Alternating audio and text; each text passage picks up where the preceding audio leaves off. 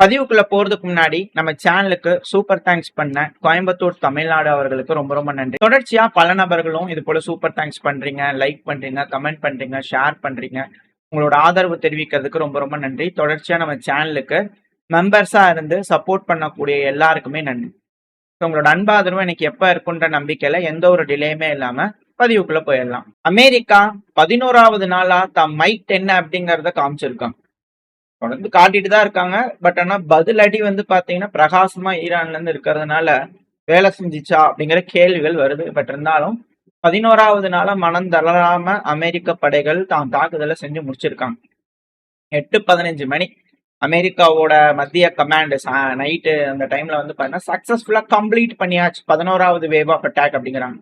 இதுல 5 ஏர் ஸ்ட்ரைக் பிராச்சின் பகுதியில நடந்திருக்கலாம். இது ஈரானோட தென் கிழக்கு பகுதியில வந்து பாத்தீங்கன்னா இந்த பகுதி அங்க வந்து தாக்குதல் நடந்திருக்கலாம். 5 எக்ஸ்ப்ளோஷன் கேட்டதா சொல்லப்பட்டு வருது. ரெண்டாவது ஈரானோட கேபிட்டலான தெஹ்ரான். ஈரானோட கேபிட்டலான தெஹ்ரானோட கிழக்கு வடக்குன்னு சொல்லி பல பகுதிகளில் அட்டாக் பண்ண ட்ரை பண்ணிக்கிறாங்க. ஈரானோட ஏர் டிஃபென்ஸ் சிஸ்டம் அப்புறம் லேயர்டு டிஃபென்ஸ் சிஸ்டம் கண்டினியூஸா ஆக்டிவா இருக்கிறது பார்க்க முடியுது. பல பகுதிகள்லயும் வந்து பாத்தீங்கன்னா அட்டாக் பண்ண ட்ரை பண்ணிருக்காங்க. இதுல ஈரான் சில பகுதிகளில் ஏர் டிஃபென்ஸ் சிஸ்டம் ரொம்ப ஆக்டிவா இருந்திருக்கு அப்படிங்கறது புரிஞ்சுக்கலாம். அது கூட இஸ்பஹான், தப்ரீஸ் இந்த பகுதிகள்லாம் வந்து பாத்தீங்கன்னா தாக்குதல் பலமா இருந்திருக்கு. அது கூடவே பந்தரா மஹர்ஷி அந்த பகுதியில வந்து பாத்தீங்கன்னா சில தாக்குதல்கள் அமெரிக்காவோடது நடந்திருக்கு அப்படிங்கிறது போல. நர்மக் அப்படிங்கிற கிழக்கு பகுதி, தெஹ்ரானோட கிழக்குல இருக்கக்கூடிய நர்மக் அப்படிங்கிற பகுதியில வந்து பாத்தீங்கன்னா அட்டாக் நடந்திருக்கு. இதனால கேஸ் இன்ஃப்ராஸ்ட்ரக்சர் அங்க கேஸ் வெடி விபத்து நடந்திருக்கு அப்படிங்கிறது போல. இது தாக்குதல்னாலயா இல்ல வேற ஏதோ ஒரு எக்ஸ்ப்ளோஷனா அப்படிங்கிற சந்தேகங்கள் இருக்கு. பட் இருந்தாலும் இங்க ஒரு வெடி விபத்து நடந்திருக்கு ஈரான். இது எல்லாத்துக்கும் மேல கஷின் அந்த பகுதியில வந்து பாத்தீங்கன்னா ஈரான்ல ஒரு மிக பெரும் வெடி விபத்து கேட்டது அப்படின்னு சொல்லப்பட்டு வருது. ஆனா வெடி விபத்து கேட்டிருக்கு. மேற்கு மீடியாக்கள் கொஞ்சம் பிரம்மாண்டமா பேசுறாங்க அப்படிங்கள புரிஞ்சுக்கலாம். ஏன் இந்த டவுன் கொஞ்சம் ஹைலைட் ஆகுது அப்படின்னா பிகாக்ஸ் மவுண்டைன் அப்படிங்கிறது போல ஒரு பேர். ஈரான்ல இருக்கக்கூடிய ஒரு மலை. ஸோ அந்த மலையில பக்கத்துல இருக்கக்கூடிய ஒரு டவுன் மேல வந்து பாத்தீங்கன்னா அடிச்சிருக்கிறாங்க அமெரிக்கா. இந்த டவுன் ரொம்ப முக்கியமான ஒரு டவுன். சமீபத்துல அவோன் அவர்கள் லெபனானோட அதிபர் இருப்பார் இல்லையா, ஸோ அவர் கூட ட்ரம்ப் அவர்கள் பேசியிருந்தார் இல்லையா, அப்ப கூட சொல்லியிருந்தாரு சீக்கிரமா அமெரிக்காவான நாங்க பிகாக்ஸ் மவுண்டனை அடிப்போம் அப்படிங்கிற ட்ரம்ப் அவர்கள் சொல்லியிருந்தார். ஸோ இதுக்கு இந்த தாக்குதலை வச்சு பார்க்கும்போது அது ஒரு படிக்கட்டா, அது ஒரு ஸ்டார்டிங் லேயரா அப்படிங்கிறது போல எல்லாரும் பேசிட்டு இருக்காங்க.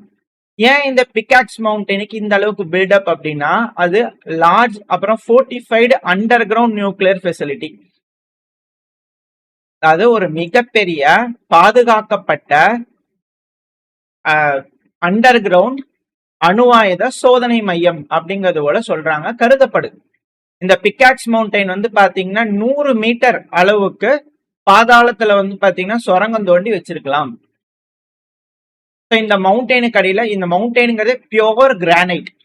கிரானைட் இருக்கிறதுனால ஹார்டஸ்ட் ராக் இருக்கிறதுலயே வந்து பாத்தீங்கன்னா ரொம்ப வெடிய வந்து தாங்கக்கூடிய ஒரு மலை, ஒரு கல் அப்படின்னா கிரானைட். கிரானைட் வந்து பாத்தீங்கன்னா மலையா இருக்கு அப்படிங்கிறதுனால அமெரிக்கா என்னதான் குண்டுகள் போட்டாலும் ஒரு சின்ன தூசு அளவுக்கு அதுல சேதம் ஏற்படுமே தவிர பெரும் சேதம் ஏற்படுமா அப்படிங்கிற ஒரு கேள்விகள் தான்.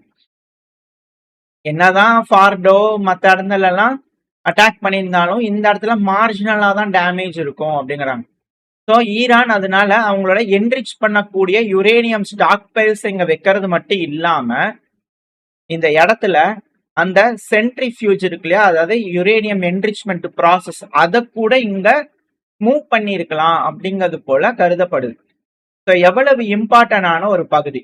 என்னதான் அமெரிக்கா பல பகுதிகள் ஈரானில் அடிச்சிருந்தாலும் 2025 2026 தொடர்ச்சியா நடந்துட்டு இருக்க தாக்குதல் இதுல பெருமளவுல பிகாக்ஸ் மவுண்டனை தொடல. ஏன்னா அதுல அட்டாக் பண்றது பெருசா யூஸ் இல்ல அப்படிங்கிறது வந்து பாத்தீங்கன்னா அனலிஸ்டோட கருத்துக்கள், அங்க இருக்கக்கூடிய சயின்டிஸ்ட்லாம் இருப்பாங்க இல்லையா அவங்களோட கருத்துக்கள். இதுல பல நபர்கள் பேசக்கூடிய விஷயம் என்னன்னா அணு ஆயுதத்தை பயன்படுத்தி மட்டுமே இங்க தாக்குதல் பண்ண முடியும்.